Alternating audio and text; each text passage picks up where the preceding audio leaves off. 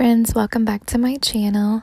My name is Kate, and if you are interested in watching how I created this love sign from Dollar Tree products, then just keep watching, and at the end, if you enjoy, be sure to hit subscribe. Let's just get into it.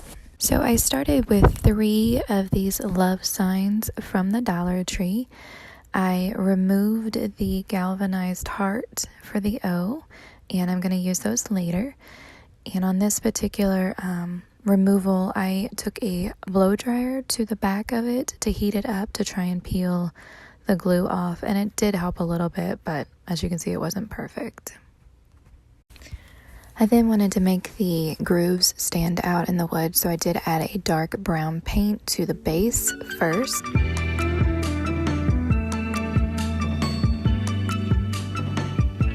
While I let that dry, I started with the base coat on the love sign, also purchased from the Dollar Tree. And I just used a Waverly chalk paint in I want to say almond bisque. I don't know. It was the lighter color.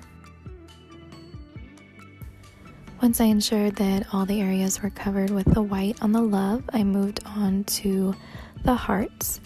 And this was also a Dollar Tree product. It was a hanging hearts, and it had multiple hearts on a ribbon, and I just ripped the hearts off. I gave them a white base coat because I didn't want the red to stand out so much, and then I started wrapping them in a jute, which I think this particular roll was from Walmart, but they do have this at the Dollar Tree. It was just what was on my counter, so I went ahead and started wrapping it with this. And I did one this direction, and I did the next heart the other direction, as you'll see. I truly apologize about the mess in this video screen here. I was not paying attention to that when I filmed it, but I didn't want to refilm it, so I'll try and do better in my next one. You can see throughout the process I do add some hot glue to ensure that the string will stay in its location. And then, of course, when I started and when I ended, I gave a healthy amount of glue as well. This is the one that I wrapped in the other direction.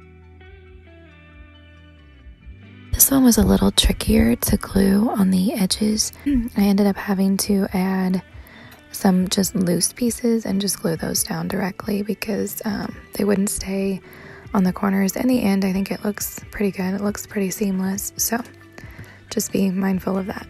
Sometimes you just have to improvise when you're moving along in these projects.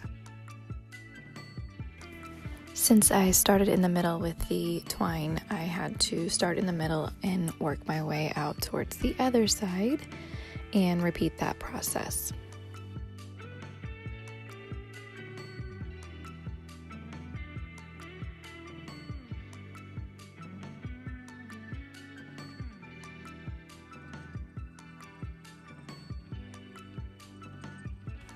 I then went back and made sure that it was held down tightly in certain areas, adding some glue here and there. And here are the 2 hearts completed with the twine. I did play around with how I wanted the hearts to look here for a little bit, and then I just kind of set it aside because I could not make my mind up yet. So you'll see later I go back to those.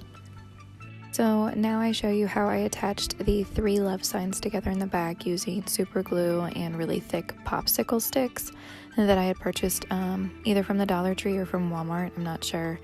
And then I took more of that jute and added some tape to the end to kind of make it a little bit easier to lace through the pearl beads that I had purchased from the Dollar Tree.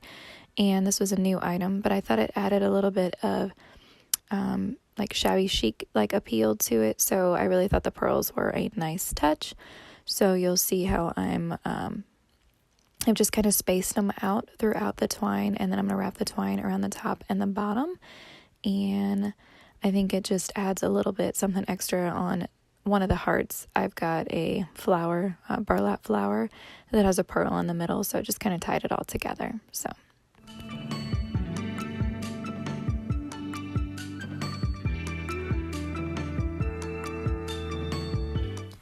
once I got the twine on, or the pearls on the twine, I went ahead and laid everything out just to see how I wanted to get it to fit on there.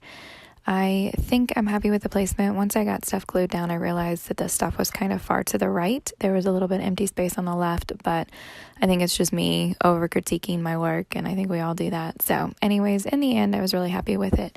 But you'll see how I attached everything pretty much just with hot glue. And again, just I played with it a little bit until I finally got it to where I thought I'd be happy with it. So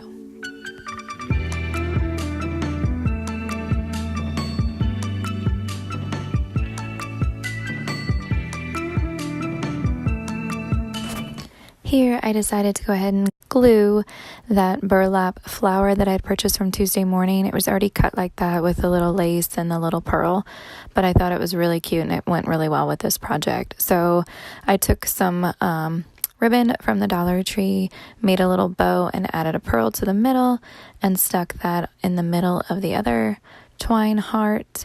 And I'm going to place that at the top and the love sign in the middle, and then those two galvanized hearts that were on the original love sign, I'm going to add those back to it as well.